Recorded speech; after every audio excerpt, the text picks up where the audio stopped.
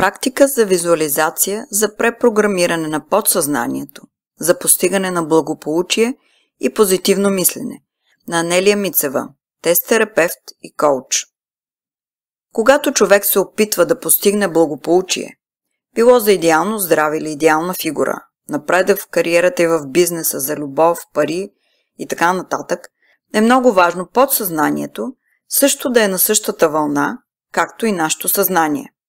Но те не винаги са в синхрон поради различни причини. И за това човек трудно и бавно постигна това, което желае. В това ценно видео ще научите тайната как да постигнете това, което желаете, и тайната, която ще ви спести време и разочарования. Чрез различни практики може да се препрограмира подсъзнанието, за да ви стане то приятел. Ако съзнанието и подсъзнанието работят в една посока, целите се постигат неочаквано бързо и лесно. В това видео ви представям една чудесна и много ефективна практика за визуализация, с която ще може да направите точно това. Това е практика за визуализация, процес на мислено позитивно визуализиране, как искате да се чувствате за определен аспект от живота ви или за постигането на определена ваша цел. Може да се прилага за здраве, кариера, бизнес, успех, любов и всичко друго, което желаете. С нея всъщност много ефективно програмирате подсъзнанието си да постигне желания резултат за най-кратко време.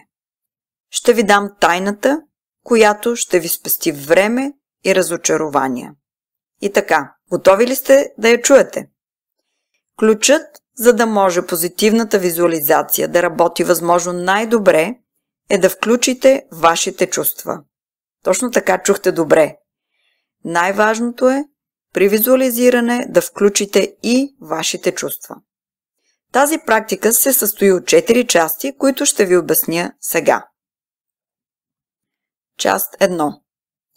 Седнете удобно и затворете очи. Както очите ви са затворени, завъртете ги нагоре, все едно гледате към центъра на челото си. Започнете да дишате бавно и дръжте вниманието си на дишането. Опитайте се да чуете звука на въздуха при вдишването и при вздишването. И направете 5-6 дълбоки вдишвания. По този начин, за възможно най-кратко време, което е около 45-50 секунди, ще имате достъп до алфа-мозъчно ниво. А това е първото ниво на подсъзнанието. И се опитайте да бъдете отпуснати по време на цялата визуализация.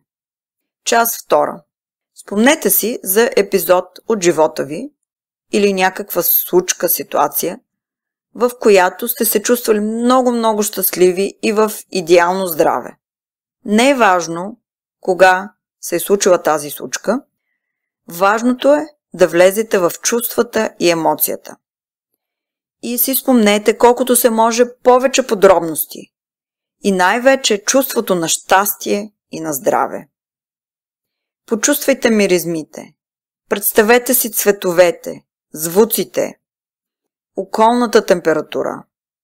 Колкото повече сетивни усещания имате, толкова по-добре ще имате връзка с подсъзнанието, защото всъщност езика на подсъзнанието са именно сетивата. Част 3. Сега си помислете за вашата цел и си я представете, но все едно, че вече сте постигнали. И живейте същите щастливи чувства, защото вече целта ви е реалност. Постигната е. И останете в това състояние за 1-2 минути. Представяйте си вашата цел вече постигната и усещайте това усещане на щастие, на благополучие. И изживявайте чувствата отново и отново. Част 4. Накрая отворете очите и завършете практиката, като кажете следните думи на глас. Аз сега си позволявам да постигна целта си, да имам благополучие идеално здраве. Нека да е така. Това вече е реалност.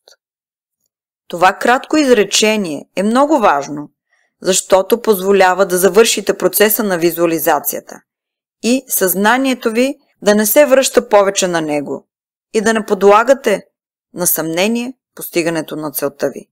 Защото ако се съмнявате, все едно показвате на подсъзнанието си, че не вярвате целта ви да се осъществи и по такъв начин се самосаботирате.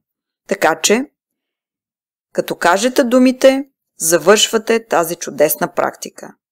Може дори да кажете думите 2 или 3 пъти. И така, това беше тази практика на визуализация за препрограмиране. И накрая искам да ви дам един съвет. Правете практиката всеки ден по едно и също време, ако можете, разбира се. В край на краищата отнема не повече от 5 минути. Най-добре е да я правите сутрин, след като се събудите или вечер преди да заспите, защото тогава най-лесно имаме достъп до нашето подсъзнание. Благодаря ви за вниманието и ви желая успех!